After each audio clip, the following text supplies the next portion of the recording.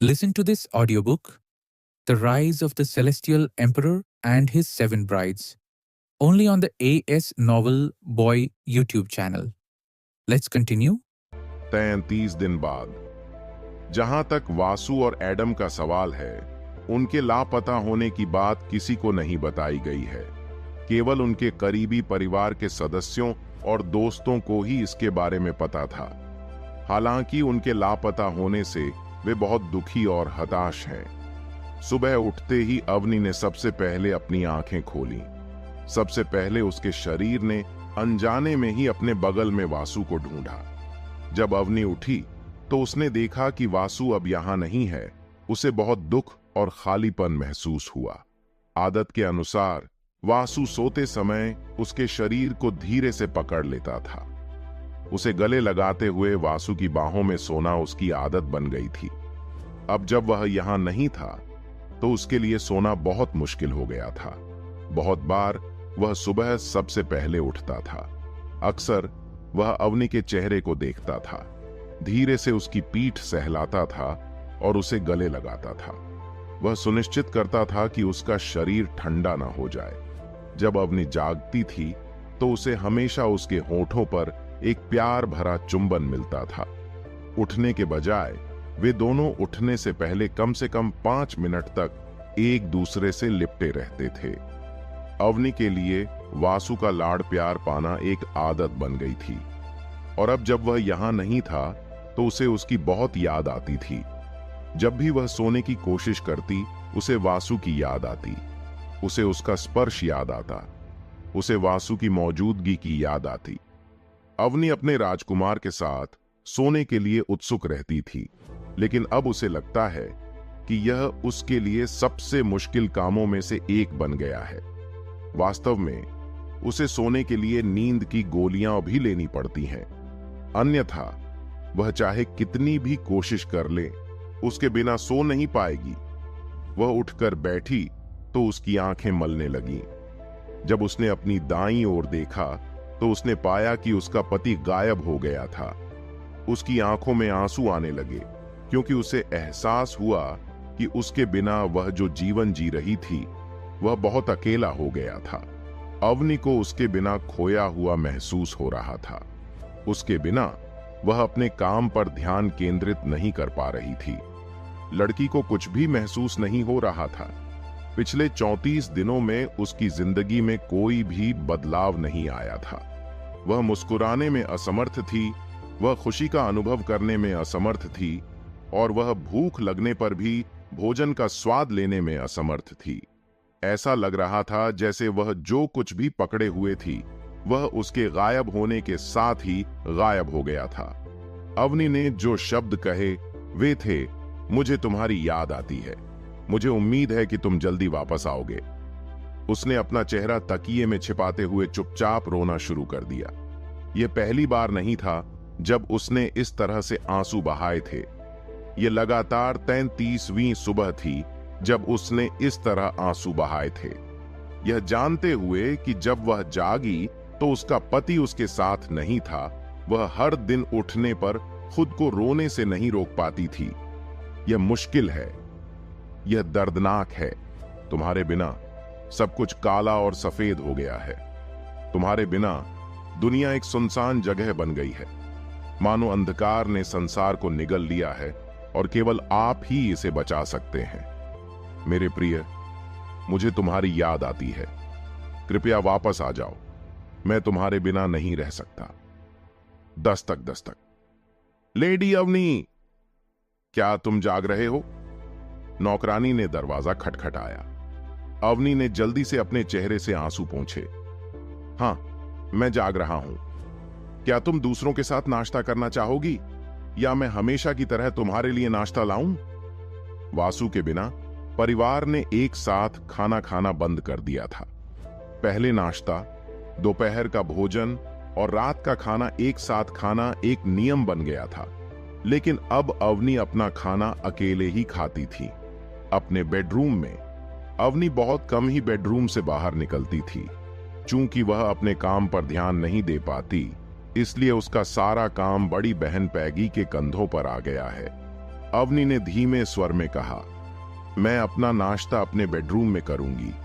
लेकिन नौकरानी के लिए यह सुनना काफी था कि उसकी मालकिन ने अभी क्या कहा। यह बेडरूम वासु और अवनी का था। वासु के गायब होने के बाद अवनी अपना ज्यादातर समय यहीं बिताती है, क्योंकि यही वह जगह है जहां उन दोनों ने साथ में सबसे ज्यादा यादें बनाई थीं।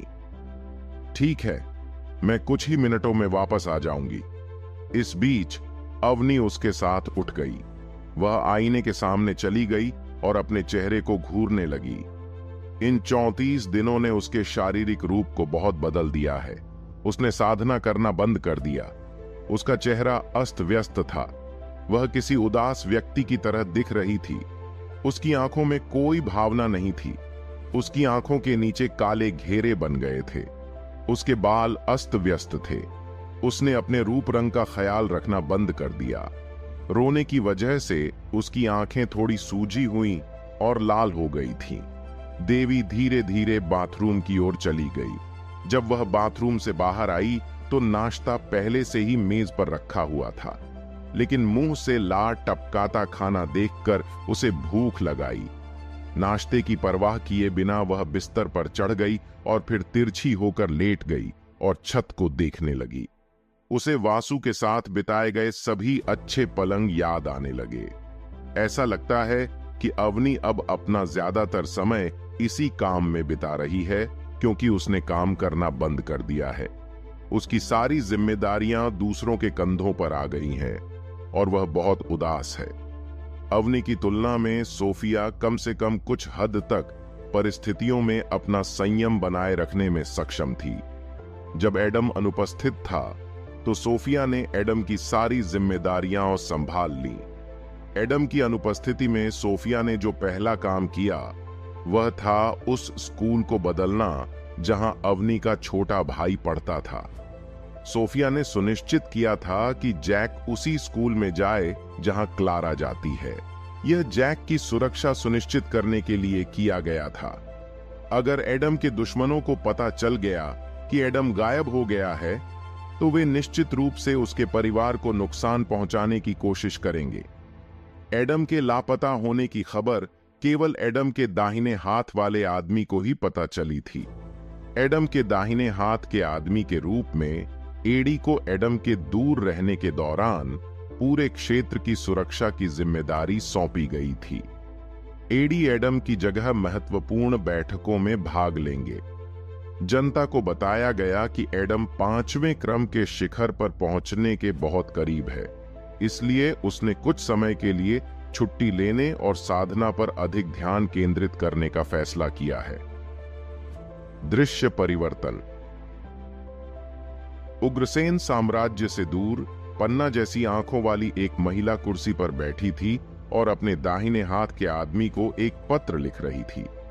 महिला ने अपना चेहरा घूंघट से ढक रखा था। दस्तक दस्तक। वासु के गायब होने के बाद एलिसिया पूरी तरह से अपने काम में डूब गई थी। वासु के गायब होने पर वह बहुत दुखी हुई थी। ऑफिस वापस आने से पहले वह कई दिनों तक रोती रही। इस तथ्य के बावजूद कि वह वासु को भूली नहीं है, वह अपने काम में पूरी तरह से डूबकर खुद को इस दर्द से बचाने की कोशिश कर रही थी। हालांकि नुकसान की भावना ऐसी चीज है जो उससे कभी दूर नहीं होती। एलिसिया की नौकरानी चाय का कप और कुछ पेस्ट्री लेकर कमरे में आई। उसने एलिसिया से कहा, माय लेडी, आप पूरी रात काम करती रही हैं। मुझे लगता है कि आपको थोड़ा आराम करना चाहिए। मुझे बिल्कुल भी भूख नहीं है। यह मेरा ध्यान भटका रहा है। इसे मुझसे दूर करो। एलिसिया ने ठंडे और उदासीन स्वर में कहा। एलिसिया के आदेशों का पालन करने से इनकार कर दिया।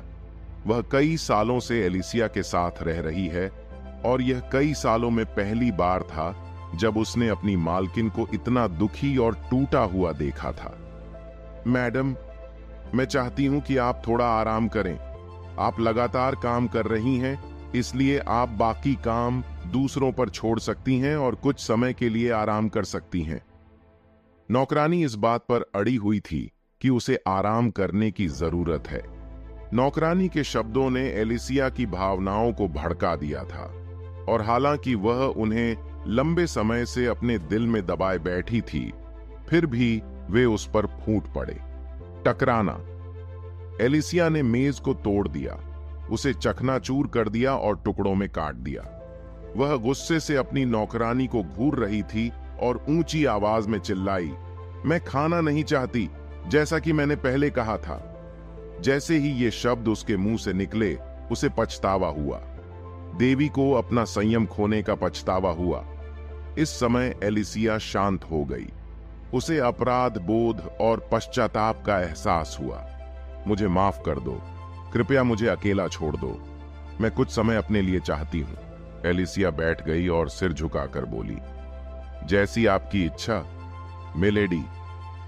नौकरानी ने एलिसिया को कमरे में अकेला छोड़ने से पहले उसके सामने सिर झुकाया। जब देवी की दासी चली गई तो देवी फूट फूट कर रोने लगी और अब और नहीं रोक पाई। उसके जाने के बाद से उसके लिए चीजें बहुत मुश्किल हो गई हैं। उसे अपने जीवन में कोई शांति या खुशी नहीं मिल रही है, और हालांकि वह धन की देवी है, लेकिन उसे पैसे कमाने में कोई खुशी या आनंद नहीं मिलता है। दृश्य परिवर्तन। टकराना। रिया ने गुस्से में दीवार पर मुक्का मारा। तुम तीनों सेलेस्टियल टेरेन महाद्वीपों में सबसे अच्छे रन मास्टर हो, और तुम लोग कह रहे हो कि तुम बाधा को नहीं तोड़ सकते। गहरे हरे रंग की आभा रिया के चारों ओर चमक उठी, क्योंकि वह गुस्से से उन 3 कल्पित बौनों को देख रहा था जिन्हें उसने अपने सेलेस्टियल टेरेन महाद्वीप से खरीदा था। ये तीनों कल्पित बौने सेलेस्टियल टेरेन के सबसे अच्छे रन मास्टर थे। उनमें से एक 4 स्टार रन मास्टर था और बाकी 2-3 स्टार रन मास्टर हैं। इस पूरे महीने वे उस अवरोध को तोड़ने की कोशिश कर रहे थे जो किसी को भी पोर्टल के अंदर जाने से रोकता था, लेकिन पूरे 1 महीने की रिसर्च और कड़ी मेहनत और अनगिनत संसाधनों को बर्बाद करने के बाद भी वे फिर भी असफल रहे। महाराज, कृपया समझें कि हम अपनी तरफ से पूरी कोशिश कर रहे हैं, लेकिन यह ऐसा कुछ है जो पूरी तरह से हमारे हाथ से बाहर है। इस पूरे महीने के शोध से मैंने निष्कर्ष निकाला है कि हम बाधा को तोड़ने का एकमात्र तरीका 6 सितारा रन मास्टर की मदद से ही होगा, और वर्तमान में मुझे नहीं लगता कि इस दुनिया में कोई 6 सितारा रन मास्टर है। यहां तक कि मुख्य महाद्वीप में भी कोई 6 सितारा रन मास्टर नहीं है। तो तुम मुझे अपने प्रियतम को छोड़ देने के लिए कह रहे हो। रिया को इन तीनों को मार डालने का मन हुआ। लेडी रिया, कृपया शांत हो जाइए, गुस्सा करने से हम कहीं नहीं पहुंचेंगे। रिया के पास खड़े बुजुर्ग धामा ने उसे शांत करने की पूरी कोशिश की। बुजुर्ग धामा ने इस बात को स्वीकार कर लिया है कि वे बैरियर को तोड़ नहीं सकते। अब वह केवल प्रार्थना और उम्मीद कर सकता है कि उसका राजा किसी तरह अंदर से बैरियर को तोड़कर उस नर्क से बाहर आ जाए। अपने राजा की अनुपस्थिति में बुजुर्ग धामा और विकास हर संभव कोशिश कर रहे हैं। हालांकि वे दोनों एक राजा की भूमिका नहीं निभा पाए, लेकिन कम से कम वे यह सुनिश्चित करने में सक्षम थे कि साम्राज्य उनकी उपस्थिति के बिना भी चल पाएगा। बुजुर्ग धामा और विकास ने साम्राज्य में किसी को भी वासु की अनुपस्थिति का एहसास नहीं होने दिया। इस्तारिन साम्राज्य के हजारों सैनिक बर्फीले टूटे खंडहर गांव की रखवाली कर रहे थे। किसी भी बाहरी व्यक्ति को अंदर जाने की अनुमति नहीं थी। अगर कोई भी व्यक्ति पोर्टल में जाने की कोशिश करता तो इस्तारिन सैनिक उसे मारने में संकोच नहीं करते। यह सख्त आदेश था जो प्रधानमंत्री ने उन्हें दिया था। केवल शाही परिवार के सदस्यों और इस्तारिन साम्राज्य के उच्च पदस्थ लोगों को ही अंदर जाने की अनुमति थी। मुझे यकीन नहीं हो रहा कि हम 1 महीने से ज्यादा समय से इस जगह की रखवाली कर रहे हैं। यहां सब कुछ बहुत उबाऊ है। जब से इस्तारिन साम्राज्य ने इस गांव को अपने कब्जे में लिया है, तब से किसी ने भी इस जगह के आसपास आने की हिम्मत नहीं की। इसलिए खाने, सोने और रखवाली के अलावा सैनिकों के पास कोई और काम नहीं था। शिकायत मत करो, यह युद्ध में भेजे जाने से कहीं बेहतर है। कम से कम हम अपना समय ताश खेलने में बिता सकते हैं। एक अन्य सैनिक ने ताश बांटते हुए आलस से उत्तर दिया। अचानक वह पोर्टल, जिसने 1 महीने से अधिक समय तक कोई प्रतिक्रिया नहीं की थी, प्रतिक्रिया करने लगा। पोर्टल का आकार बढ़ने लगा, जिसने सभी सैनिकों का ध्यान अपनी ओर आकर्षित किया। कप्तान, क्या हो रहा है? कुछ सैनिकों ने घबराकर कप्तान से पूछा। सैनिकों का कप्तान एक ड्रैगनियन था। जैसे जैसे पोर्टल बड़ा होता गया, ड्रैगनियन को अपने राजा की उपस्थिति का एहसास होने लगा। ड्रैगनियन का पूरा शरीर उत्साह में कांप उठा। दूसरों को शायद यह पता न हो, लेकिन उसे बताया गया है कि उनका राजा अंदर फंस गया है। पोर्टल खुल गया है, ड्रैगनियन उत्साह में चिल्लाया। प्रधानमंत्री को इसकी जानकारी दीजिए। रिया उस बालकनी पर बैठी थी जहां वासु बैठकर रूंड बनाता था। देवी अक्सर इस जगह आकर बैठती थी। पिछले महीने उसने यहां बैठकर कई घंटे बिताए थे, कुछ भी नहीं किया। वह यहां बैठकर बस आसमान को देखती रहती थी या एज्योर शहर को देखती रहती थी कि राजधानी में कुछ दिलचस्प हो रहा है या नहीं। रिया की नौकरानी अपने हाथों में एक पत्र लेकर बालकनी में आई। महिला, दिव्य क्षेत्र से एक पत्र आया है। यह पत्र महारानी ने खुद लिखा है। दिव्य क्षेत्र से एक योगिनी ने कुछ मिनट पहले रिया की निजी नौकरानी को एक पत्र दिया था। मेरी मां क्या कहना चाहती हैं? रिया के स्वर से स्पष्ट था कि उसका मूड ठीक नहीं है। रिया की नौकरानी ने पत्र खोला और पढ़ना शुरू कर दिया। मेरी प्यारी बेटी, मुझे तुम्हारी बहुत याद आती है। कृपया घर वापस आ जाओ। तुम 1 महीने से वासु का इंतजार कर रही हो। तुम घर क्यों नहीं आती और अपनी बेचारी मां के साथ कुछ हफ्ते या कुछ महीने क्यों नहीं बिताती? तुम जानती हो कि मेरे पास तुम्हारे अलावा कोई नहीं है। मैं तुम्हारे बिना बहुत अकेला हूं। यही कारण है कि रिया अपनी मां का लिखा पत्र नहीं पढ़ना चाहती थी। रिया के पिता का बहुत पहले निधन हो चुका था। रिया बिना पिता के बड़ी हुई। जब तक उसे याद है, वह और उसकी मां हमेशा साथ ही रहते आए हैं। रिया की मां ने उसे बड़े होने पर कभी पिता की जरूरत महसूस नहीं होने दी। जब रिया थोड़ी बड़ी हुई तो उसे एहसास हुआ कि उसकी मां उसे जरूरत से ज्यादा सुरक्षा देती है और उससे बहुत ज्यादा प्यार करती है। दरअसल रिया की मां रिया के वासु के साथ रहने के खिलाफ थी। अगर रिया उसे सेलेस्टियल टेरेन एम्पायर के कामों में व्यस्त नहीं रखती तो उसकी मां निश्चित रूप से वासु के साथ रहने में उसकी सबसे बड़ी बाधा बन जाती। इस महीने में यह पहली बार नहीं है जब रिया को उसकी मां ने इस तरह का पत्र लिखा हो। 34 दिनों में रिया की मां ने उसे 17 पत्र लिखे हैं। आजकल जब भी कोई पत्र आता है तो रिया अपनी नौकरानी से उसे जोर से पढ़वाती है। कितनी बार मुझे उसे बताना होगा कि मैं वासु के बिना घर वापस नहीं जा रही हूं, खासकर उसकी अनुपस्थिति में। मैं यहां रहूंगी और संतुलन बनाए रखूंगी। ऐसे अनगिनत तरीके हैं जिनसे रिया इस थारेन साम्राज्य की मदद कर सकती है। क्या सफेद? रिया ने जो कुछ भी हो रहा था उससे थक कर आह भरी। सांस। बस मेरी मां से कह देना कि रिया ने बुजुर्ग धामा को अपनी ओर दौड़ते हुए देखा तो वह रुक गई। बुजुर्ग धामा, क्या हुआ? इस समय रिया को पता नहीं क्यों, लेकिन उसे ऐसा लग रहा था कि उसे कोई बहुत अच्छी खबर मिलने वाली है। बुजुर्ग धामा के चेहरे पर दिख रही मुस्कान सब कुछ बयां कर रही थी। द्वार खुल गया है। देवी ने अब और संकोच करने की हिम्मत नहीं की।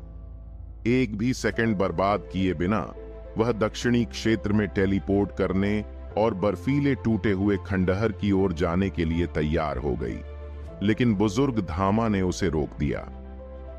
लेडी रिया, चूंकि हम वहां जा रहे हैं, इसलिए बेहतर होगा कि हम लेडी अवनी को भी अपने साथ ले जाएं। रिया रुकी और फिर सहमति में अपना सिर हिलाया। इस महीने का अतीत किसी भी देवी के लिए अच्छा नहीं रहा है। प्रत्येक देवी ने अपने तरीके से कष्ट झेले। रिया ने अवनी को 20 दिनों से नहीं देखा है। चूंकि तीनों देवियाओं अपने अपने दुख से निपटने में व्यस्त थीं, इसलिए उनके पास एक दूसरे की मदद करने का समय नहीं था। मैं आप पर अपना आपा खोने के लिए माफी चाहता हूं। सच कहूं तो इन दिनों सब कुछ वाकई मुश्किल हो गया है। जीवन में पहली बार मैं अपने काम का आनंद नहीं ले पा रहा हूं। पहले मैं अपने काम का सबसे ज्यादा आनंद ले पाता था, लेकिन जब से मैं उसके करीब आया हूं, मुझे एहसास हुआ है कि मैं कई मायनों में बदल गया हूं। एलिसिया को प्रतिस्पर्धा और चुनौतियों से प्यार था। सभी बाधाओं और कठिनाइयों को पार करने और बाजार में सबसे बड़ा खिलाड़ी और सबसे बड़ा लाभ कमाने का रोमांच हमेशा उसे उत्साहित करता था। लेकिन अब पहली बार उसे अपना काम थका देने वाला लगा। वह खुद को थका हुआ महसूस कर रही थी। उसे अब पैसे कमाने की खुशी महसूस नहीं हो रही थी।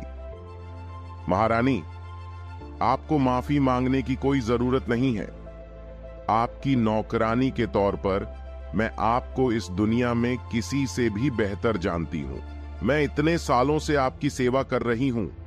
इतने सालों तक आपकी सेवा करने के बाद भी अगर मैं आपकी भावनाओं को नहीं समझ सकती या आपको नहीं समझ सकती, तो मैं आपकी नौकरानी बनने के लायक नहीं हूं। मैं जानती हूं कि इस समय तुम अपनी जिंदगी के मुश्किल दौर से गुजर रही हो। नौकरानी बनने से पहले मेरा भी कुछ ऐसा ही अनुभव रहा है। मैंने भी उन लोगों को खो दिया है जिन्हें मैं बहुत प्यार करती हूं। हालांकि मैं तुम्हारा दर्द पूरी तरह से नहीं समझ सकती, लेकिन मैं तुम्हारी स्थिति से वाकिफ हूं। यह सुनकर एलिसिया उदास होकर मुस्कुराई और कुछ नहीं बोली। माय लेडी, एक और बात है जो मैं आपको बताना चाहता हूं। वासु और आपकी शादी एक अनुबंध के तहत हुई थी। अनुबंध में यह कहा गया था कि अगर वासु मर जाता है तो सभी देवियाओं भी मर जाएंगी। इसलिए मुझे विश्वास है कि महामहिम अभी भी जीवित हैं। चाहे वे कहीं भी हों, मुझे यकीन है कि अभी वे पूरी तरह से ठीक हैं और इस तारिन साम्राज्य में वापस लौटने की पूरी कोशिश कर रहे हैं। महामहिम की भावी पत्नी के रूप में आपको अपने पति पर भरोसा रखना चाहिए और उनका इंतजार करना चाहिए। धन्यवाद। मुझे ये शब्द सुनने की जरूरत है। अपनी नौकरानी से ये शब्द सुनकर एलिसिया को काफी अच्छा लगा। एलिसिया अब थोड़ा शांत महसूस कर रही थी। वह सही कह रही है। मुझे उस पर विश्वास करना चाहिए। केवल वही असंभव को संभव बना सकता है और निराशाजनक परिस्थितियों में चमत्कार कर सकता है। मैंने उसे ऐसा कई बार करते देखा है। मुझे अपने प्रिय पर विश्वास करना चाहिए। क्या आप कृपया मेरे लिए कुछ खाने के लिए ला सकते हैं? अचानक मुझे थोड़ी भूख लगने लगी है। नौकरानी यह सुनकर बहुत खुश हुई। पूरे 1 महीने में यह पहली बार था जब उसकी मालकिन ने कुछ खाने की इच्छा जताई थी। आमतौर पर उसे और दूसरों को लेडी एलिसिया को भोजन करने के लिए मजबूर करना पड़ता था। मैं 5 मिनट में वापस आ जाऊंगी। कृपया प्रतीक्षा करें। जैसे ही नौकरानी ने अपनी महिला के कमरे से बाहर जाने के लिए दरवाजा खोला, नौकरानी चौंक गई जब उसने देखा कि दरवाजे के पीछे एक हत्यारा खड़ा है। नौकरानी ने हत्यारे की छाती के दाईं ओर उग्रसेन साम्राज्य का प्रतीक देखकर तुरंत राहत महसूस की। महिला हत्यारा यथार्थ के विभाग की सदस्य थी। उसने एक काली पोशाक पहनी थी जो उसके शरीर को पूरी तरह से ढक रही थी और उसका चेहरा छिपा रही थी। उसने अपने बालों को एक बन में बांधा था। क्या आपके पास रिपोर्ट करने के लिए कोई जरूरी बात है? यह पहली बार नहीं था जब यथार्थ के विभाग के सदस्यों को एलिसिया के पास भेजा गया था। नमस्कार मैडम, स्थिति बहुत गंभीर है। पोर्टल के चारों ओर की बाधा गायब हो गई है। अब पोर्टल में प्रवेश करना संभव है। एलिसिया का पूरा शरीर कांप उठा, मानो उसे बिजली का झटका लगा हो। एक पल के लिए वह स्तब्ध रह गई, क्योंकि उसे अभी अभी सुनी गई बातों पर विश्वास नहीं हो रहा था। क्या जो तुमने अभी कहा उसे दोहराओ। एलिसिया की आवाज कांप उठी। देवी को विश्वास नहीं हो रहा था कि वह क्या सुन रही थी। उसे महिला हत्यारे से अपने शब्द दोहराने के लिए कहना पड़ा। पोर्टल खुल गया है और स्मैश। महिला हत्यारा अभी अपनी बात पूरी भी नहीं कर पाई थी। एलिसिया खिड़की से बाहर निकल गई। प्रशिक्षण मैदान का दृश्य परिवर्तन। इस महीने प्रशिक्षण मैदान शांत हो गया लगता है। नए रंग रूटों में जो जोश, आक्रामकता, एकता, लड़ने का इरादा और जुनून था, वह सब गायब हो गया है। इसका मुख्य कारण मुख्य 7 डिवीजन कैप्टन का उदास माहौल था। जैसे ही सभी 7 कैप्टन, या जिन्हें इस्तारिन साम्राज्य के जनरल भी कहा जाता है, वासु के गायब होने के बारे में सुनते हैं, ऐसा लगता है कि वे भी उदास हो जाते हैं। हालांकि सब कुछ पहले की तरह ही चल रहा था। हालांकि नए रंग रूटों की ट्रेनिंग पहले की तरह ही जारी थी। ट्रेनिंग ग्राउंड में जो जोश जलता था, वह अब गायब हो गया है। इसकी मुख्य वजह यह थी कि कैप्टन और सब डिवीजन कैप्टन सभी आजकल उदास दिख रहे थे। 5वें डिवीजन की कैप्टन, जो एक लोमड़ी जनजाति की महिला थी, कुर्सी पर बैठी और एलिमेंटल कंट्रोल पर एक किताब पढ़ी। इन दिनों मुदित के आसपास एक उदास माहौल था। इसका मुख्य कारण यह था कि वासु के गायब होने के बाद उसकी सबसे अच्छी दोस्त अवनी पूरी तरह से बदल गई थी। पहले अवनी या मुदित चाहे कितनी भी व्यस्त क्यों न हो, दोनों दोस्त एक दूसरे से मिलने और बातचीत करने के लिए कम से कम 5 मिनट निकाल ही लेती थीं।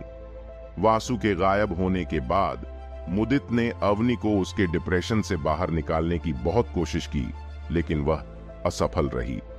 इससे मुदित को लगा कि वह अवनी की सबसे अच्छी दोस्त बनने के लायक नहीं है। मुदित खुद को नीचा समझने लगी कि वह ऐसे समय में अपनी सबसे अच्छी दोस्त की मदद नहीं कर पाई। यह सब महामहिम की गलती है। हालांकि मुदित कभी भी यह बात खुलकर नहीं कहती, लेकिन अंदर ही अंदर वह वासु पर गुस्सा थी कि वह 1 महीने से ज्यादा समय तक गायब रहा और अपनी सबसे अच्छी दोस्त को दुखी और उदास छोड़ गया। अब चाहे मुदित कुछ भी करने की कोशिश करे या करे, कुछ भी काम नहीं आया। कुछ ही दिनों में मैं अपनी जादुई साधना के साथ शुरुआती 4 क्रम तक पहुंचने में सक्षम हो जाऊंगा। जहां तक मेरी शारीरिक साधना का सवाल है, मैं कुछ सप्ताह पहले ही चरम 3 क्रम पर पहुंच चुका हूं। हालांकि इससे मेरी शक्ति में जबरदस्त वृद्धि हुई है, लेकिन अंत में मैं अपने सबसे अच्छे दोस्त को इस तरह देखकर खुश नहीं हो सकता। आम तौर पर मुदित मिशन लेती थी और अपराधियों की तलाश के लिए विभिन्न शहरों में जाती थी, लेकिन आजकल उसने कोई भी मिशन लेना बंद कर दिया है। इसके बजाय उसने अपने 5वें डिवीजन के सदस्यों को मिशन पूरा करने के लिए भेजा, जबकि वह नियमित रूप से अवनी को उसके अवसाद से बाहर निकालने की कोशिश करती थी। बाकी 6 जनरलों की बात करें तो भले ही वे सभी उदास थे, लेकिन उन्होंने ढिलाई नहीं बरती। उन छाहों ने हमेशा की तरह अपने कर्तव्यों का पालन किया और किसी भी दुश्मन को इस्तारिन साम्राज्य के अंदर नहीं आने दिया। जनरलों ने इस्तारिन साम्राज्य की बाहर और अंदर दोनों तरफ से रक्षा की। सांस, मुझे अवनी से बात करने की कोशिश करनी चाहिए। मुदित ने वह किताब बंद कर दी जो वह पढ़ रही थी। जैसे ही वह कमरे से बाहर निकली, दालान में उसने देखा कि एक संदेशवाहक उसकी ओर बढ़ रहा है। नमस्कार मेरी महिला, मैं बहुत रोमांचक खबर लेकर आया हूं। अगले कुछ सेकंड में मुदित ट्रेनिंग ग्राउंड से गायब हो गई। मुदित जल्दी से ड्रैगन पैलेस पहुंच गई। बिना किसी हिचकिचाहट के वह अवनी के कमरे में घुस गई, लेकिन उसने देखा कि उसकी सबसे अच्छी दोस्त बिस्तर पर लेटी हुई थी और छत को घूर रही थी। ये देखकर मुदित को एक बार फिर अपनी सबसे अच्छी दोस्त के लिए दुख हुआ। मुदित ने उत्साह से अवनी को जगाया। अपनी आंखें खोलते हुए अवनी ने उलझन में मुदित को देखा।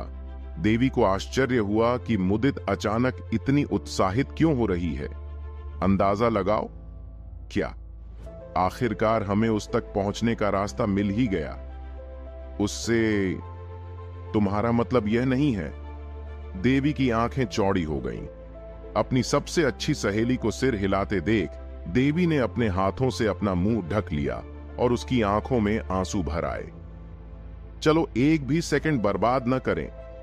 30 मिनट के भीतर एलिसिया, रिया, अवनी, नवनीत, सोफिया, बुजुर्ग धामा, विकास और 7 जनरल पोर्टल के सामने इकट्ठे हो गए थे। ये पहली बार था जब वे सभी 30 दिनों के बाद एक जगह पर इकट्ठे हुए थे। ये सच है, खासकर उन देवियों के लिए जिन्होंने कई दिनों तक एक दूसरे का चेहरा नहीं देखा था। अपने अपने तरीके से वासु की पत्नियां उदास और दुखी थीं। उनमें से किसी में भी एक दूसरे को सांत्वना देने की हिम्मत या मजबूत मानसिकता नहीं थी।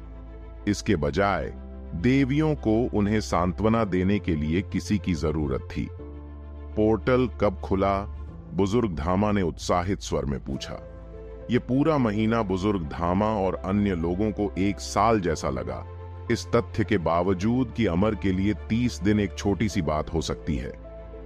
बुजुर्ग धामा और अन्य लोगों के दिलों में उत्साह असहनीय था। उनके सम्राट के बिना पूरा उग्रसेन साम्राज्य खाली लग रहा था। उनके राजा के बिना ड्रैगन पैलेस के भीतर जीवंतता का कोई संकेत नहीं था। सर, पोर्टल ठीक 30 मिनट पहले खुला है, ड्रैगनियन ने ऊंची और स्पष्ट आवाज में उत्तर दिया। अच्छा, बुजुर्ग धामा ने 7 जनरलों की ओर मुड़कर कहा। आप में से कुछ को बाहर रहना होगा। जब तक हम बाकी लोग पोर्टल में प्रवेश करेंगे, आप में से कुछ लोग पीछे रहकर पोर्टल की रखवाली कर सकते हैं। सुनिश्चित करें कि कोई भी दुश्मन पोर्टल को कुछ न कर सके। मैं पीछे रहूंगा। मैं आपके साथ शामिल होऊंगा। मैं बाहर महामहिम की प्रतीक्षा करूंगा। मैं भी। अंत में जोश, एलेनोर, हेनरी और दयानंद ने पोर्टल के बाहर रहने का फैसला किया। मुदित, यथार्थ और टाइलर बाकी लोगों के साथ शामिल होने वाले थे। ठीक है, आप लोग इस क्षेत्र की रक्षा अपनी पूरी ताकत से करना सुनिश्चित करें। यदि कोई भी पोर्टल में प्रवेश करने की कोशिश करता है तो उसे रोक दें, भले ही आपको उसे मारना पड़े। तीनों जनरलों ने गंभीर चेहरे के साथ अपने सिर हिलाए। उसके बाद देवियां और अन्य लोग बर्फीले टूटे हुए खंडहर में प्रवेश कर गए। दृश्य बदलकर वासुला उसने महारानी को इस तरह से रोते हुए कभी नहीं देखा था। राजकुमारी लारा के पास हमेशा एक मजबूत दिमाग और दिल था, भले ही उस समय उनके सामने कितनी भी मुश्किलें क्यों ना आई हों। हालांकि उनका शरीर कमजोर था, फिर भी उनका दिल मजबूत था। रोज को दुख होता था जब वह किसी को इस तरह रोते हुए देखती थी। रोज के लिए अपनी महिला को इस तरह रोते हुए देखना दर्दनाक था। माय लेडी, वासु, महामहिम अभी भी जीवित है। मैं उनकी आभा को महसूस कर सकती हूं।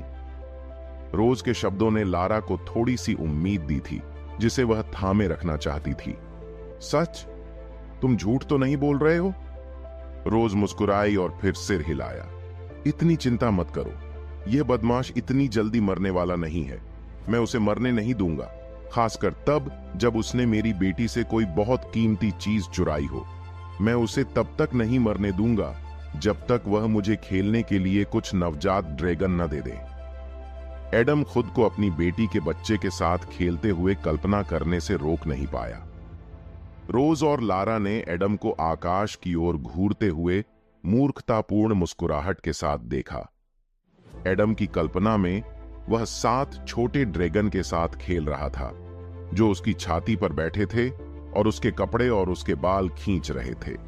जब वह जोर से हंसा तो उसने अपनी छाती पर बैठे 7 ड्रैगन शिशुओं की तस्वीरें बनाई। 7 शिशुओं में से 3 लड़के थे और बाकी 4 लड़कियां थीं। मेरे पति ने आपकी बेटी से क्या चुराया?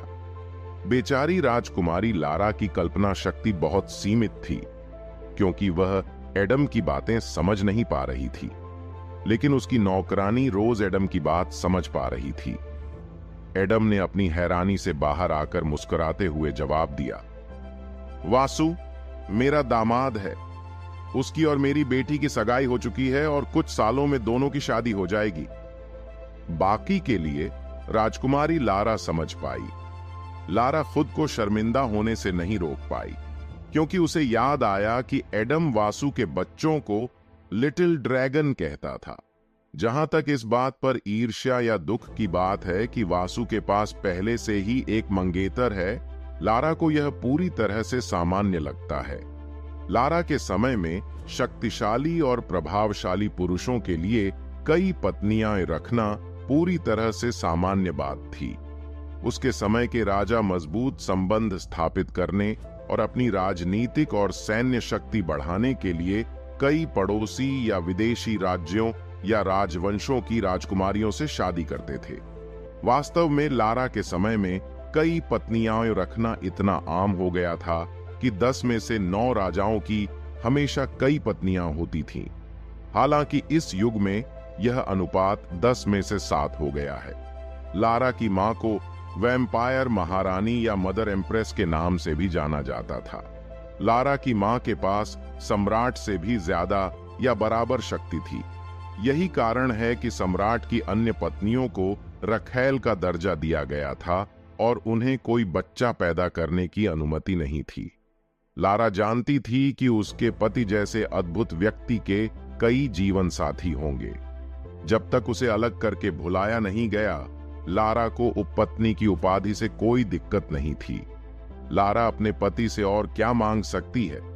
आमतौर पर जब कोई राजकुमारी किसी राजा या सम्राट से शादी करती है तो राजकुमारी का परिवार राजकुमारी के पति को दहेज के रूप में महंगे उपहार या अपने क्षेत्र के हिस्से देता है। लेकिन लारा ने वासु को इनमें से कुछ भी नहीं दिया। इसके बजाय यह उसकी वजह से था। उसका पति इस दुनिया में फंस गया था और उसे इतनी सारी बाधाओं का सामना करना पड़ा था। भले ही वह उसके कंधों पर बोझ होगी, लेकिन उसने उसे दूर नहीं धकेला। इसके लिए लारा बहुत आभारी है और बहुत खुश है। कुछ और मिनट बीत गए, लेकिन वासु की हालत ठीक नहीं हुई। हालांकि उसकी सांसें और आभा स्थिर हो गई थीं, लेकिन उसके शरीर पर लगी चोटें किसी कारण से ठीक नहीं हो रही थीं। इससे एडम को चिंता होने लगी, जो वासु पर कड़ी नजर रख रहा था। हालांकि वह लारा और रोज से बात कर रहा था। जल्द ही लारा और रोज को एडम की चिंता का पता चल गया। लारा ने यह भी देखा कि वासु के घाव ठीक नहीं हो रहे थे। मेरे पति का शरीर ठीक क्यों नहीं हो रहा है? लारा ने चिंतित स्वर में पूछा। एडम का चेहरा बदसूरत हो गया, क्योंकि उसे एहसास हुआ कि सिर्फ एक 5 स्टार गोली काफी नहीं है। वासु को जो चोट लगी है वह बहुत बड़ी है। वासु मरने के बहुत करीब था और अगर एडम समय पर नहीं आता और उसे 5 स्टार हीलिंग गोली नहीं देता तो वह 1 मिनट में ही मर जाता। वासु से कुछ किलोमीटर दूर एक द्वार खुलने लगा। मैंने उसकी स्टोरेज रिंग चेक की है। कोई भी 5 स्टार हीलिंग पिल्स नहीं बची थी। इसका मतलब है कि अब हमें कम स्टार वाली पिल्स पर निर्भर रहना होगा। मुझे उसे जल्द से जल्द वापस ले जाना होगा। एडम को लेने की तैयारी कर रहा था, लेकिन फिर उसे किसी परिचित की मौजूदगी का एहसास हुआ। एडम को रुकता देख राजकुमारी लारा उलझन में पड़ गई, लेकिन जल्द ही उसका भ्रम दूर हो गया जब उसने एडम और उसकी नौकरानी रोज को उत्तर दिशा की ओर घूरते हुए देखा। कुछ मिनट बाद सन्नाटा छा गया। उत्तर दिशा से 9 लोगों का एक समूह इस दिशा में आ रहा था। इन 9 लोगों की आभा को देखते हुए सबसे कमजोर को छोड़कर मुझे नहीं लगता कि मैं उनमें से किसी को भी हरा सकती हूं। रोज ने खुद को और महारानी को बचाने के लिए खुद को तैयार कर लिया अगर ये लोग उन्हें नुकसान पहुंचाने की कोशिश करते। लेकिन उसकी चिंताएं बेवजह थीं, क्योंकि उसने अजनबियों के चिंतित चेहरों को देखा जैसे वे करीब आ रहे थे। एडम खड़ा हुआ और लंबे बैंगनी बालों वाली महिला की ओर बढ़ा। सोफिया दौड़कर उसके पास आई और उसे गले लगा लिया। सोफिया ने उसे पूरी ताकत से गले लगाया, जैसे उसे डर हो कि वह अपने पति को फिर से खो सकती है। ये 34 दिन सोफिया के लिए एक बुरे सपने की तरह रहे हैं। अपने पति के बिना उसे लगा कि उसका पूरा परिवार टूट गया है। मुझे तुम्हारी याद आ रही थी। सोफिया ने अपना चेहरा उसके सीने में दबाते हुए रोना शुरू कर दिया। एडम को समझ नहीं आ रहा था कि वह अपनी पत्नी को कैसे सांत्वना दे। वासु, अवनी वासु के सामने बैठ गई। उसने वासु के बगल में बैठे दो अजीब लोगों को पूरी तरह से नजरअंदाज कर दिया। उसने धीरे से उसका सिर उठाया और उसे अपनी गोद में रख लिया, इस बात की परवाह किए बिना कि खून ने उसके कपड़ों को खराब कर दिया है। देवी ने जल्दी से एक 5 सितारा उपचार की गोली निकाली जो उसने कुछ समय पहले बनाई थी और आपातकालीन स्थिति के लिए अपने पास रख ली। जब उसने उसे उपचार की गोली खिलाई तो रिया वहां खड़ी नहीं रही। प्रकृति देवी से एक हरे रंग की आभा निकली। जल्द ही एक हरे रंग की आभा ने वासु के पूरे शरीर को घेर लिया और उसके अंदरूनी और बाहरी दोनों तरह के घावों को तेजी से ठीक करना शुरू कर दिया। गोली और प्रकृति देवी की शक्तियों ने कुछ ही मिनटों में वासु के सभी घावों को ठीक कर दिया, लेकिन वासु ने अपनी आंखें नहीं खोली। मैनाइटर के खिलाफ उसने जो कौशल आखिरी बार इस्तेमाल किया था, उसने न सिर्फ उसके शरीर पर बल्कि उसकी आत्मा पर भी बोझ डाला था। उसे उठने में थोड़ा समय लगेगा। सांस। वासु को ठीक होते देख एलिसिया ने राहत की सांस ली। फिर देवी ने अपना ध्यान गोरी त्वचा वाली महिला की ओर लगाया जो वासु को चिंतित भाव से देख रही थी। तुम कौन हो? एलिसिया ने पूछा। देवी को महसूस हो गया कि इस महिला का वासु के साथ बहुत गहरा रिश्ता था। अब जब वासु ठीक हो गया था तो उसने वासु के चारों ओर घुटनों के बल बैठी तीनों की शक्ल और सूरत को ध्यान से देखा। जिसने उससे सवाल किया था वह बहुत सुंदर लग रही थी। इतनी सुंदर तो उसकी मां महारानी भी नहीं थी। देखने से ऐसा लगता है कि यह महिला उससे कुछ साल बड़ी है। इसका मतलब है कि समय बीतने के साथ यह महिला और भी सुंदर हो जाएगी। ऐसा लगता है कि वह भी पति की पत्नियों में से एक है। चूंकि मैं अपनी बहनों से मिल रही हूं, इसलिए मुझे अपना परिचय ठीक से देना चाहिए। अपने कमजोर शरीर के साथ राजकुमारी लारा ने एलिसिया को शालीनता से प्रणाम करने से पहले खड़ी हो गई। मेरा नाम लारा मर्फी है। मैं ग्रेट स्टाररी स्काई एम्पायर की 8वीं राजकुमारी हूं जो बहुत समय पहले अस्तित्व में थी। मैं इस दुनिया में तब तक सोती रही जब तक मेरे पति ने मुझे मेरी लंबी नींद से नहीं जगाया। इस गोरी त्वचा वाली युवा लड़की को वासु को अपना पति कहते हुए सुनकर एलिसिया को उलझन महसूस हुई। उसे समझ नहीं आया कि क्या कहे। बुजुर्ग धामा, मुदित, यथार्थ, विकास और सोफिया हैरान थे। वासु 30 दिनों से ज्यादा समय से गायब था और अब उसे दूसरी पत्नी मिल गई थी। आखिर क्या हुआ? सबके मन में एक ही सवाल था। वासु के पूरी तरह ठीक हो जाने पर रिया ने राहत की सांस ली। देवी इतने दिनों बाद अपने प्रियतम को देखकर अपनी खुशी जाहिर करने ही वाली थीं कि तभी उन्हें राजकुमारी लारा के चेहरे से निकले शब्द सुनाई दिए। ये शब्द सुनते ही रिया के चेहरे का भाव एकदम बदल गया। लारा की नौकरानी रोज और बाकी लोग अचानक सतर्क हो गए क्योंकि उन्हें लगा कि रिया की हत्या की मंशा उसके शरीर से बाहर निकल रही है। लारा का ध्यान जल्द ही रिया की ओर गया जब वह खड़ी हुई और सामने चली गई। राजकुमारी लारा ने इस अवसर का उपयोग चांदी के बालों वाली महिला के चेहरे और रूप को करीब से देखने के लिए किया। यह स्पष्ट था कि यह चांदी के बालों वाली महिला उसके पति के बहुत करीब थी, लेकिन उसे नहीं पता था कि वह कैसे थी। राजकुमारी लारा को समझ नहीं आ रहा था कि वह रिया से क्या कहे, क्योंकि वह पहले ही अपना परिचय दे चुकी थी। उसे लगा कि अब दूसरे पक्ष को अपना परिचय देने की बारी है। हालांकि रिया ने एक भी शब्द नहीं बोला।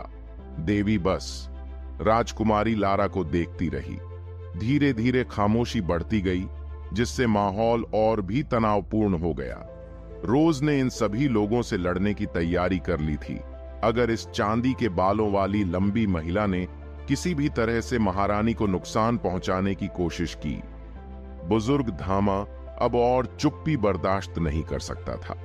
वह आगे बढ़कर लेडी रिया को रोकने वाला था, इससे पहले कि वह कोई तर्कहीन कदम उठाए।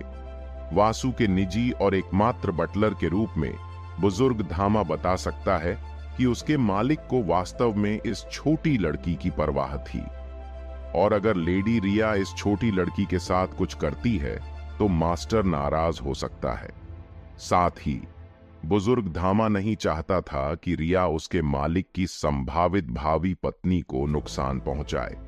हालांकि बुजुर्ग धामा का हस्तक्षेप आवश्यक नहीं था, क्योंकि रिया के शरीर से निकल रही हत्या की मंशा को दबा दिया गया था। रिया ने वासु को घृणा से देखा, जो उससे कुछ मीटर की दूरी पर बेहोश पड़ा था। यह दुष्ट आदमी, इसने हमें 34 दिनों के लिए छोड़ दिया। 34 दिनों के बाद यह अचानक एक युवा लड़की के साथ है जो खुद को उसकी पत्नी कहती है। जब वह जागता है तो मैं उसे प्रताड़ित करने में अपना समय बिताती हूं। खांसी, मैं उससे सब कुछ उगलवाती हूं। नमस्ते, मेरा नाम रिया टॉम्ब्रुक है। मैं सेलेस्टियल टेरेन की राजकुमारी हूं। मैं वासु की तीसरी मंगेतर और उसकी तीसरी भावी पत्नी भी हूं। राजकुमारी लारा, आपसे मिलकर बहुत अच्छा लगा। रिया ने लारा पर अपना गुस्सा इसलिए नहीं निकाला क्योंकि उसने देखा कि राजकुमारी लारा वाकई कमजोर थी। दरअसल सिर्फ राजकुमारी रिया ही नहीं, उसके साथ आए दूसरे लोगों ने भी यह देखा। सभी ने देखा कि लारा की आभा वाकई कमजोर थी। लारा अपनी उम्र के आम इंसानों से कमजोर लग रही थी, लेकिन किसी ने भी यह बात जोर से नहीं कही, क्योंकि वे चाहते थे कि वासु के जागने पर वह सब कुछ बता दे। मैं सही था, तो हम भविष्य में बहनें बन जाएंगी। राजकुमारी लारा मुस्कुराई।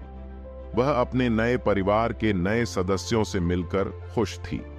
इस बीच लारा की नौकरानी रोज ने राहत की सांस ली, यह देखकर कि रिया महारानी पर हमला नहीं कर रही है। अब जब महान तारों वाला आकाश साम्राज्य अस्तित्व में नहीं है, तो मुझे अपनी सारी ताकत लगाकर महारानी की रक्षा करनी चाहिए। मैं यह सुनिश्चित करूंगी कि कोई भी महारानी को परेशान न कर सके। जब रोज को लारा की नौकरानी के रूप में नियुक्त किया गया था, तो उसने महारानी की रक्षा करने और हमेशा उनके साथ खड़े रहने की शपथ ली थी। रोज ने इस दुनिया में 53 साल तक अकेले ही लारा की रक्षा की है, कभी किसी इंसान से बातचीत नहीं की। रोज महारानी की रक्षा के लिए शुरुआती 5वें क्रम की रिया से लड़ने के लिए भी तैयार है। मेरा नाम एलिसिया ऑसबर्न है। मैं ईथरियल साम्राज्य की राजकुमारी हूं। मैं वासु की दूसरी मंगेतर और उसकी दूसरी भावी पत्नी हूं। आपसे मिलकर बहुत अच्छा लगा। आप मुझे बड़ी बहन कह सकती हैं। रिया की तुलना में लारा को एलिसिया से बात करना आसान लगा। ठीक है, बड़ी बहन। राजकुमारी लारा ने मासूमियत से अपना सिर हिलाया।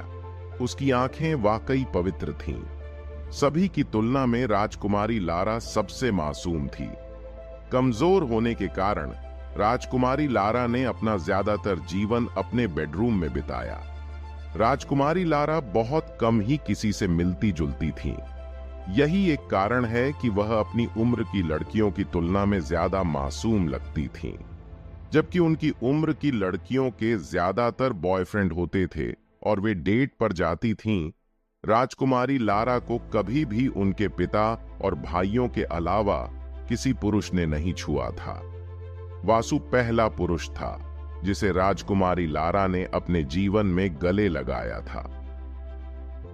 मेरा नाम अवनी ऑन नार्ड है। यह मेरी मां सोफिया है और यह मेरे पिता एडम है।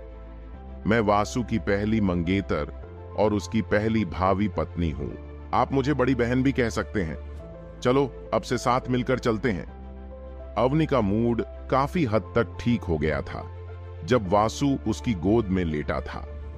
लारा से बात करते समय उसके चेहरे पर एक सौम्य मुस्कान थी। सोफिया और एडम अपनी बेटी को इतनी परिपक्वता से पेश आते देख हैरान थे। अगर यह पहले वाली अवनी होती तो वह एक ऐसी युवा लड़की से मिलकर अपना संयम खो देती जो खुद को वासु की पत्नी बता रही है। मेरा नाम बुजुर्ग धामा है। मैं महामहिम का बटलर हूं। मैं विकास हूं। मैं इस्तारिन साम्राज्य का प्रधानमंत्री हूं। मेरा नाम अंबर है। मैं यथार्थ हूं। मैं हूं। सभी ने अपना परिचय देने के बाद इस दुनिया से बाहर जाने का फैसला किया। रोज ने सभी को बताया था कि अगर वे इस दुनिया को नहीं छोड़ते हैं तो पोर्टल बंद हो सकता है, और इस बार पोर्टल हमेशा के लिए बंद हो जाएगा। इसका मतलब है कि अगर वे अभी नहीं निकलते हैं तो सभी इस दुनिया में फंस जाएंगे। मैं उनकी महिमा को उठा लूंगा। बुजुर्ग धामा को किसी ने नहीं रोका। जबकि बुजुर्ग धामा ने बेहोश वासु को उठाया, राजकुमारी लारा को रोज ने उठा लिया। महारानी दूसरों के साथ नहीं चल सकती, इसलिए मुझे ही उन्हें उठाना होगा। पोर्टल के अंदर कदम रखने से पहले राजकुमारी लारा ने बर्फीले टूटे हुए खंडहर की दुनिया पर एक आखिरी नजर डाली। यह जगह 53 साल से ज्यादा समय से उसका घर है। वह इतने सालों से इसी जगह सोती रही है। ये वह जगह थी जहां उसने सोने से पहले अपने माता पिता को आखिरी बार देखा था। इस दुनिया ने उसके दिल में एक खास जगह बना ली थी। लेकिन दुख की बात है कि पोर्टल बंद होने के बाद वह अब इस दुनिया में नहीं आ पाएगी। यह मेरे जीवन का एक नया अध्याय होगा। पिता, माता, कृपया स्वर्ग से मेरी देखभाल करें। राजकुमारी लारा ने अपने जीवन में आगे बढ़ने की कसम खाई। वह अपने परिवार की प्यारी यादों को अपने दिल में संजो कर रखेगी। कम से कम मेरी इस नई यात्रा में मैं अकेली नहीं हूं। मेरे साथ रोज है, और सबसे महत्वपूर्ण बात, मुझे वह किस्मत वाला मिल गया है। कोई ऐसा जो मेरी रक्षा के लिए अपनी जान जोखिम में डालने से नहीं हिचकिचाएगा। राजकुमारी लारा और रोज ने एक दूसरे को एक पल के लिए देखा। फिर लारा ने अपना सिर हिलाया। पोर्टल के अंदर कदम रखने से पहले रोज ने सिर हिलाकर मुस्कुराया। अलविदा। पोर्टल के दूसरी तरफ राजकुमारी लारा और उसकी नौकरानी रोज के लिए कई आश्चर्य इंतजार कर रहे थे। जैसे ही वे पोर्टल से बाहर निकले, राजकुमारी लारा और रोज ने खुद को 1000 स्तारिन सैनिकों से घिरा पाया। सभी सैनिक यह देखकर आश्चर्यचकित और स्तब्ध थे कि उनके राजा को बुजुर्ग धामा ले जा रहा है। हालांकि वासु बिल्कुल ठीक दिख रहा था, लेकिन उसके कपड़ों पर लगे खून के धब्बे उस क्रूर युद्ध की कहानी बयां कर रहे थे जो उनके राजा ने पोर्टल के अंदर लड़ा था। इस समय सभी को समझ में आ गया कि बुजुर्ग धामा ने उन्हें इस जगह की रखवाली करने और किसी को भी पास न आने देने का आदेश क्यों दिया था। ऐसा इसलिए था क्योंकि उनका राजा बर्फीले टूटे हुए खंडहरों की दुनिया में फंस गया था। आपका स्वागत है। महामहिम कैसे हैं? डार्क एल्फ दयानंद ने पूछा। जनरल अब पहले से कहीं ज्यादा शांत दिख रहे थे। अब जब उन्हें महामहिम वापस मिल गए हैं तो वे सभी चिंता करना छोड़ सकते हैं और अपने काम और अपनी साधना पर ज्यादा ध्यान केंद्रित कर सकते हैं। महामहिम को जल्द ही जाग जाना चाहिए। चिंतित होने की कोई आवश्यकता नहीं है। इस बीच विकास ने सभी सैनिकों की ओर देखा। हर कोई जो तुमने आज देखा है उसे कभी किसी और को नहीं बताना चाहिए। अगर कोई भी आज यहां जो हुआ है उसे लीक करता है तो मैं महामहिम के नाम की कसम खाता हूं। मैं खुद उस व्यक्ति का सिर काट दूंगा और उसके पूरे परिवार को हमेशा के लिए यातना दूंगा। विकास ने अपनी हत्या की मंशा को थोड़ा और बढ़ा दिया। उनके शब्दों ने पूरी तरह से काम किया। लगभग सभी सैनिक डर से कांपने लगे। पिछले कार्यवाहक प्रधानमंत्री के विपरीत, जो दयालु और मिलनसार थे, नए प्रधानमंत्री बहुत सख्त थे। पिछले कुछ महीनों में विकास ने ड्रैगन सम्राट के ठंडे दिल वाले मंत्री के रूप में प्रतिष्ठा हासिल की है। विकास ने ड्रैगन स्लेयर गिल्ड से जुड़े हर एक व्यक्ति को बेरहमी से मारकर खुद को ड्रैगन सम्राट का निर्दयी मंत्री साबित कर दिया। ड्रैगन गिल्ड स्लेयर के 7 सदस्यों के हमले के बाद विकास और यथार्थ ने व्यक्तिगत रूप से ड्रैगन स्लेयर गिल्ड के जासूसों को पकड़ने में साथ मिलकर काम किया, जिन्हें गिल्ड ने उग्रसेन साम्राज्य की राजधानी में उग्रसेन साम्राज्य के बारे में अधिक जानकारी हासिल करने के लिए भेजा था। विकास द्वारा पकड़े गए दुर्भाग्यपूर्ण लोगों को सार्वजनिक रूप से मार दिया गया, और विकास ही वह व्यक्ति था जिसने सार्वजनिक रूप से अपने जीवन को समाप्त कर दिया। ड्रैगन स्लेयर गिल्ड के सभी जासूसों को मारने वाले विकास की छवि अभी भी सभी के दिमाग में ताजा थी। उस दिन विकास एक राक्षस में बदल गया था। अंत में विकास का पूरा शरीर जासूसों के खून से लथपथ हो गया। इतना ही नहीं, उन्होंने सार्वजनिक रूप से एक बयान भी जारी किया कि जो कोई भी किसी भी तरह का व्यवसाय कर रहा है या ड्रैगन स्लेयर गिल्ड से संबंधित है, उसे सार्वजनिक रूप से मार दिया जाएगा। उस दिन से उग्रसेन साम्राज्य ने दुनिया को यह स्पष्ट कर दिया कि ड्रैगन स्लेयर गिल्ड उनका सबसे बड़ा दुश्मन है। साथ ही उस दिन उग्रसेन साम्राज्य के करीबी सहयोगियों ने भी इसी तरह का बयान जारी किया और ड्रैगन स्लेयर गिल्ड के साथ सभी संबंध तोड़ दिए। इसका मतलब यह था कि ड्रैगन स्लेयर गिल्ड को ध्रुव आइल महाद्वीप के पूरे पूर्वी क्षेत्र और ध्रुव आइल महाद्वीप के आधे दक्षिणी क्षेत्र से प्रतिबंधित कर दिया गया था। विकास ने अभी तक ड्रैगन स्लेयर गिल्ड पर हमला नहीं किया है। इसका कारण यह है कि वह महामहिम के लौटने और यह निर्णय लेने की प्रतीक्षा कर रहा था कि वह ड्रैगन स्लेयर गिल्ड का अंत किस प्रकार देखना चाहता है। अच्छा, विकास सैनिक की प्रतिक्रिया से संतुष्ट था। चलो वापस चलें। तो वे इस्तारिन साम्राज्य के सैनिक हैं। लारा प्रभावित हुई। उसने देखा कि सबसे कमजोर सैनिक के पास भी एक स्टार हथियार था और उसने एक स्टार कवच पहना हुआ था। ऐसे उपकरणों के साथ सैनिक को दूसरे क्रम के शुरुआती सैनिक को भी हराने में कोई समस्या नहीं होनी चाहिए। हमारे साम्राज्य में केवल उन सैनिकों को ही ऐसे हथियार और कवच दिए जाते थे जिनकी साधना मध्य द्वितीय क्रम से ऊपर थी। यद्यपि राजकुमारी लारा ने अपना अधिकांश समय सोने में बिताया है, फिर भी वह राजनीति और साम्राज्य कैसे काम करता है इसके बारे में एक दो बातें जानती है।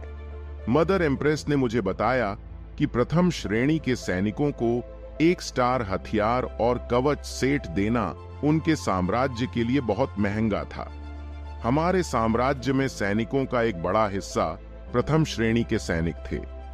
प्रत्येक प्रथम श्रेणी के सैनिक को एक स्टार कवच सेट और एक स्टार हथियार देने पर उन्हें अरबों का नुकसान हो सकता है। लारा को अब इस बात का बेहतर अंदाजा था कि इस समय अवधि में उग्रसेन साम्राज्य कितना शक्तिशाली और प्रभावशाली था। वासु की वजह से ही वर्तमान इस्तारिन साम्राज्य सभी सैनिकों को एक स्टार हथियार और एक स्टार कवच सेट देने में सक्षम था, क्योंकि वह ही था जिसने भूतों के आक्रमण के दौरान इन सभी कवच और हथियारों को इकट्ठा किया था। लारा का ध्यान जल्द ही एक बड़े विशालकाय की छाया की ओर गया जो उसके सिर के ऊपर से उड़ रहा था। जब उसने ऊपर देखा तो वह एक विशालकाय ड्रैगन को अपने ऊपर उड़ते हुए देखकर हैरान रह गई। ड्रैगन का आकार 50 मीटर था। ड्रैगन के पास लाल और भूरे रंग के मिश्रित शल्क थे। यह एक पृथ्वी ड्रैगन है। मैंने कभी इतने बड़े आकार का ड्रैगन नहीं देखा। पृथ्वी ड्रैगन एक शीर्ष 4 क्रम का शक्तिशाली ड्रैगन था। यह ड्रैगन उन ड्रैगनों में से एक था जो ड्रैगन सम्राट के सामने झुक गए थे।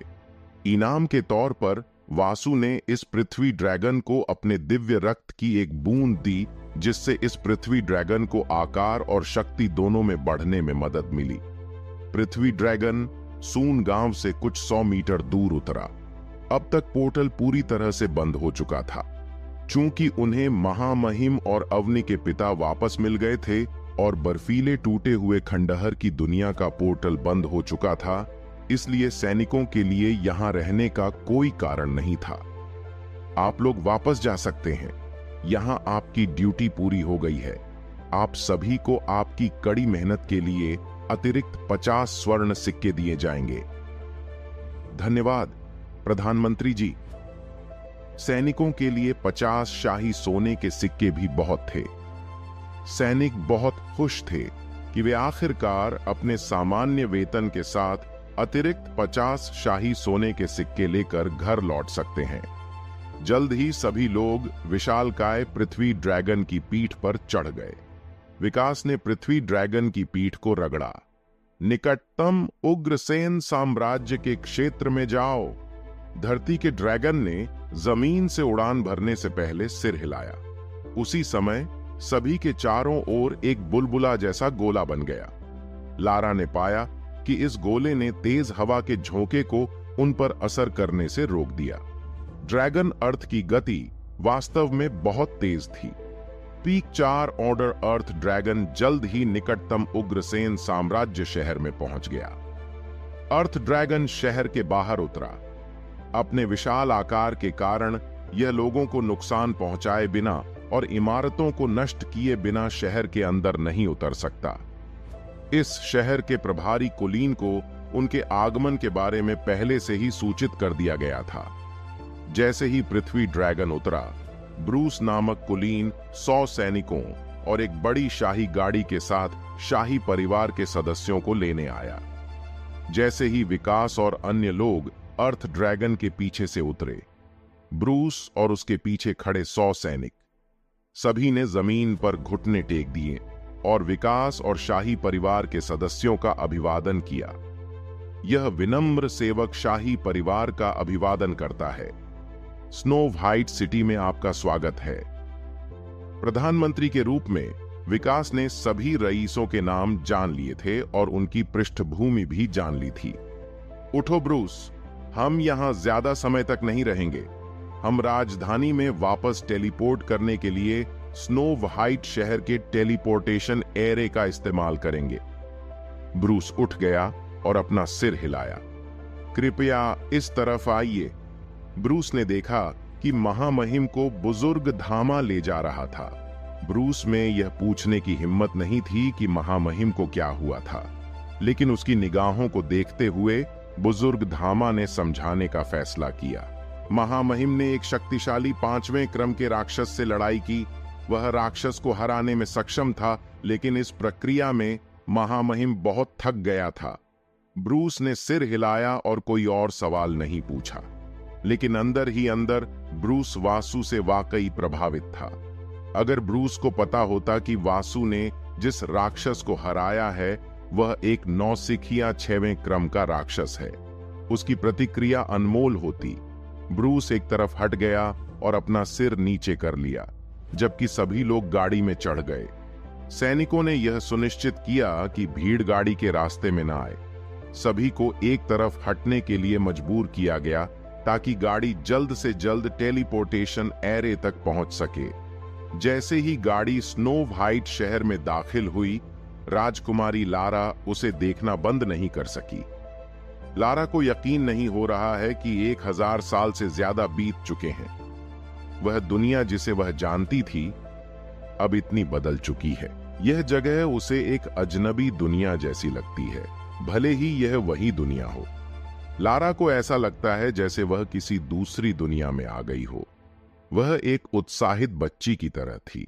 वह मुश्किल से खुद को शांत कर पा रही थी, लेकिन उसे खुद को जबरदस्ती शांत करना पड़ा, क्योंकि वह वासु की पत्नी। Listen to this audiobook, The Rise of the Celestial Emperor and His 7 Brides, only on the AS Novel Boy YouTube channel. Let's continue. Notice किया। राजकुमारी लारा को इस तरह से पेश आते देख सोफिया खुद को मुस्कुराने से नहीं रोक पाई। मुझे नहीं पता कि वासु ने इतनी छोटी और मासूम दिखने वाली लड़की को कैसे बहकाया। लारा बहुत प्यारी थी। उसे देखकर सोफिया को युवा अव्वनी की याद आ गई, जिसका व्यक्तित्व लारा जैसा ही जिज्ञासु था।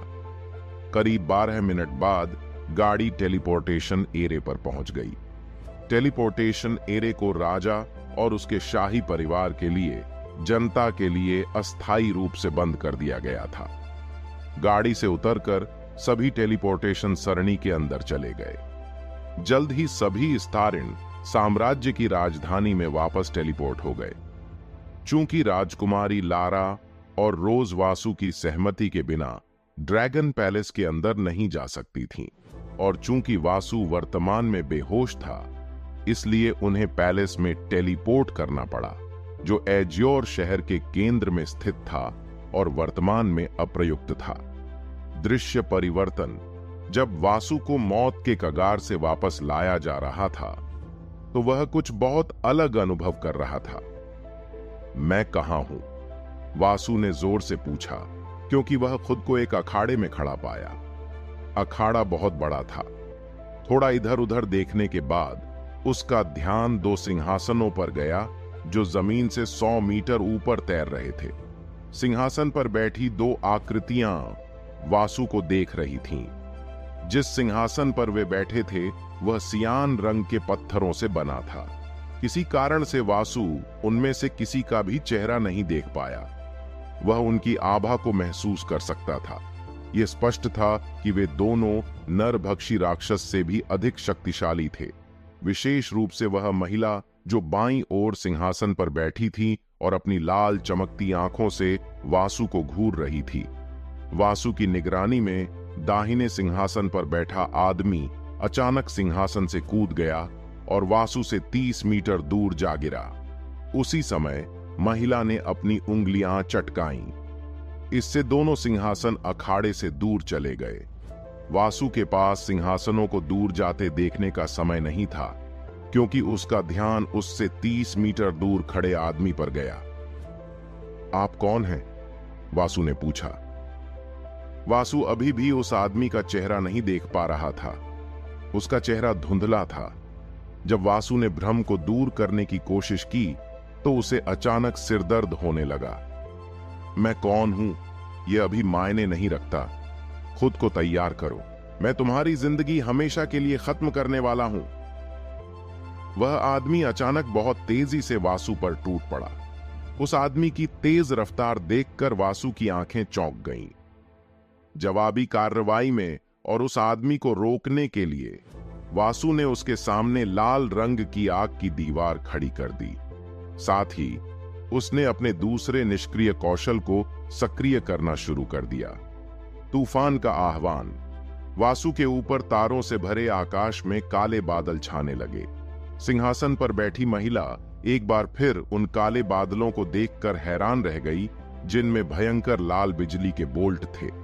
दिलचस्प, स्टॉर्म मार्शल क्लास का निष्क्रिय बूस्ट सक्रिय हो गया है। मेजबान का मान अस्थायी रूप से 50% बढ़ गया है। बिजली और हवा प्रकार के हमलों की शक्ति 50% बढ़ गई है। आपकी चपलता 300 प्लस बढ़ गई है। इन्फर्नो ओवरड्राइव, तूफान उड़ान, बिजली कवच, क्रिम्सन लाइटनिंग डैश। नील, आपने इन्फर्नो ओवरड्राइव सक्रिय कर दिया है। आप एक बेरसर्क अवस्था में प्रवेश कर चुके हैं। मन को छोड़कर आपके सभी आंकड़े 70% तक बढ़ गए हैं। नील, आपने स्टॉर्म फ्लाइट को सक्रिय कर दिया है। तूफान के कारण स्टॉर्म फ्लाइट से मिलने वाली चपलता दोगुनी हो गई है। आपने 200 से अधिक चपलता अंक प्राप्त कर लिए हैं। नील, आपने लाइटनिंग आर्मर सक्रिय कर लिया है। आपकी रक्षा बढ़ गई है। आपने 100 से अधिक ताकत प्राप्त कर ली है। नील, आपने क्रिम्सन लाइटनिंग डैश को सक्रिय कर दिया है। प्रति सेकंड 20 से अधिक मैना का उपभोग करके आपने 200 से अधिक चपलता अंक प्राप्त किए हैं। वासु का पूरा शरीर क्रिम्सन लाइटनिंग से घिरा हुआ था। क्रिम्सन लाइटनिंग ने उसके शरीर के चारों ओर कवच बना दिया। शुक्र है कि इन्फर्नो ओवरड्राइव का कूल डाउन पीरियड खत्म हो गया है। उसी समय हवा में ठंडे पानी की एक लहर उठी। पानी की लहर क्रिम्सन फ्लेम की दीवार से टकराई। पानी वासु की क्रिम्सन फ्लेम को बहुत आसानी से बुझाने में सक्षम था। इससे वासु को बहुत झटका लगा, क्योंकि यह पहली बार था जब उसने अपनी क्रिम्सन फ्लेम को पानी से बुझते देखा था। क्रिम्सन फ्लेम का तापमान इतना अधिक होता है कि यह बहुत तेज गति से पानी को वाष्पित कर सकता है। जब से उसे क्रिम्सन फ्लेम मिला है, वासु को कभी भी पानी के हमलों का डर नहीं लगा। लेकिन आज यह बहुत अलग था। पानी की लहर आसानी से उसकी क्रिम्सन लपटों को बुझाने में कामयाब रही। पानी की लहर को अपनी ओर बढ़ता देख वासु हवा में उड़ गया। जब वह रुका तो उसने देखा कि उसके सिर के ऊपर एक धुंधला चेहरा वाला आदमी खड़ा है। इससे पहले कि वासु कुछ प्रतिक्रिया कर पाता, उसकी पीठ पर एक जोरदार लात ने उसे उल्का पिंड की तरह उड़ा दिया। टकराना! वासु जमीन पर गिर पड़ा। उसके नीचे की जमीन मकड़ी के जाले की तरह टूट गई। वासु के नीचे की जमीन पर बड़ी बड़ी दरारें पड़ गईं। दर्द हो रहा है। वासु दर्द से कराह उठा, लेकिन वह दर्द सहते हुए जल्दी से उठ खड़ा हुआ। खड़े होकर वासु ने उस आदमी को ढूंढा, लेकिन वह आदमी बिना कोई आवाज किए फिर से उसके पीछे आ गया। वासु को तब तक आदमी की आभा का एहसास नहीं हुआ जब तक उसने उसकी आवाज नहीं सुनी। युवा ड्रैगन, तुम अभी भी इतने मजबूत नहीं हो, तुम अनुभवहीन हो। जब वासु ने मुड़ने की कोशिश की तो एक शक्तिशाली मुक्का उसके दाहिने गाल पर पड़ा। खांसी। वासु जमीन पर गिर गया, लेकिन गिरने से ठीक पहले उसने बादलों में चमकती लाल बिजली को नियंत्रित किया। जैसे ही वासु नीचे गिरा, लाल बिजली के कई शक्तिशाली बोल्ट उस आदमी पर गिरे। पकड़ लिया। हालांकि वासु को जल्द ही पता चल गया कि क्रिम्सन बिजली के 4 शक्तिशाली बोल्टों से मारे जाने के बावजूद वह आदमी पूरी तरह से ठीक लग रहा था। उसकी त्वचा पर एक भी निशान नहीं था। बिजली गिरने के बाद उस आदमी ने अपने बाल खुजाए। क्या यह चोट पहुंचाने वाला था? दयनीय। मुझे इससे ज्यादा शक्तिशाली चीज की उम्मीद थी। कितना निराशाजनक। उस आदमी ने वासु को ठंडेपन से देखा। अभी भी काफी नहीं है, तो फिर इस बारे में क्या ख्याल है? क्रोधित बिजली मंत्र। अचानक आसमान से एक शक्तिशाली इंद्रधनुषी बिजली गिरी और उस आदमी पर गिर पड़ी।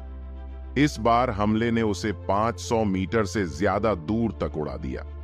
हमले ने एरिना में एक बड़ा गड्ढा भी बना दिया। वासु ने इस समय का इस्तेमाल उठकर खड़े होने के लिए किया। अभी भी काफी नहीं है। वासु ने ड्रैगन ट्रांसफॉर्मेशन का इस्तेमाल करते हुए खुद से पूछा। ऐसे शक्तिशाली दुश्मनों का सामना करते हुए वासु को अपने सभी त्रुप के पत्ते बाहर निकालने चाहिए। ड्रैगन रूपांतरण। नील, चूंकि तुम ड्रैगन रूप में परिवर्तित हो गए हो, इसलिए मन को छोड़कर तुम्हारे सभी आंकड़े 2 गुने हो गए हैं। नील, आपकी मैना रिकवरी गति 60% बढ़ गई है। नील, आपके आधार आंकड़ों में 500 प्लस अतिरिक्त चपलता जोड़ दी गई है। जब धूल जम गई तो वासु यह देखकर हैरान रह गया कि वह आदमी बिल्कुल ठीक ठाक उसकी ओर आ रहा है। वह जरा भी घायल नहीं लग रहा था। यह पहली बार है जब क्रोधित बिजली किसी को नुकसान पहुंचाने में विफल रही है। तो चलो इसे आजमाते हैं। वासु ने पूरी गति से आदमी पर हमला करते हुए अपने दांत पीस ली। मुझे अपनी सबसे ताकतवर चोट से मारो, नहीं तो तुम मर जाओगे। आदमी ने अपनी बाहें फैलाई और जोर से हंसा। वासु को लगा जैसे उसने एडम से लड़ाई की है, जो लड़ाई के लिए भूखा है। लेकिन यह आदमी एडम से बिल्कुल अलग स्तर पर था। जब वासु उस आदमी से 20 मीटर दूर था तो अचानक उसका पूरा शरीर बिजली की लालिमा में बदलने लगा।